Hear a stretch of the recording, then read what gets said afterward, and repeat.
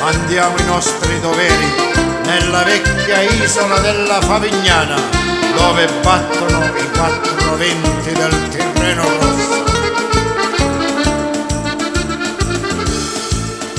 Quando tre nostri antichi cavalieri finirono di combattere e di lottare e conquistare tutti i doveri, le regole d'assari, sangue e onori, chiamate fuori l'arcangelo Michele, l'eredità a cui hanno d'assari, una famiglia nobile e fedeli, che standa a un pavimento d'umiltà.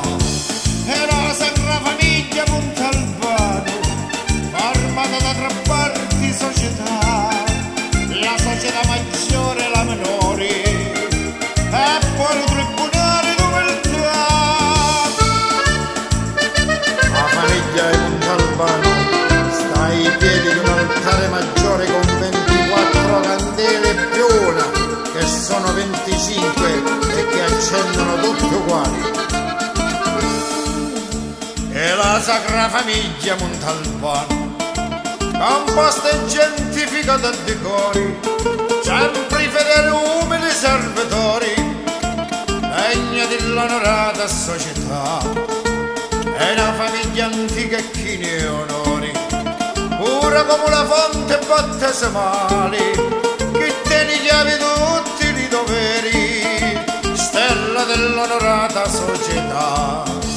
Comanda quattro venti e poi li chiama, e tieni di regoli la corona, risiede all'isola da Favignana, onde sconfitte fuori infamità.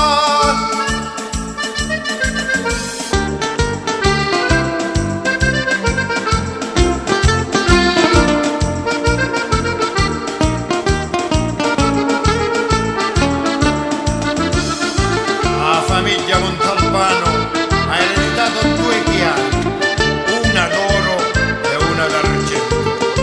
Stanno in una tomba larga e profonda che raggiunge il livello del mare.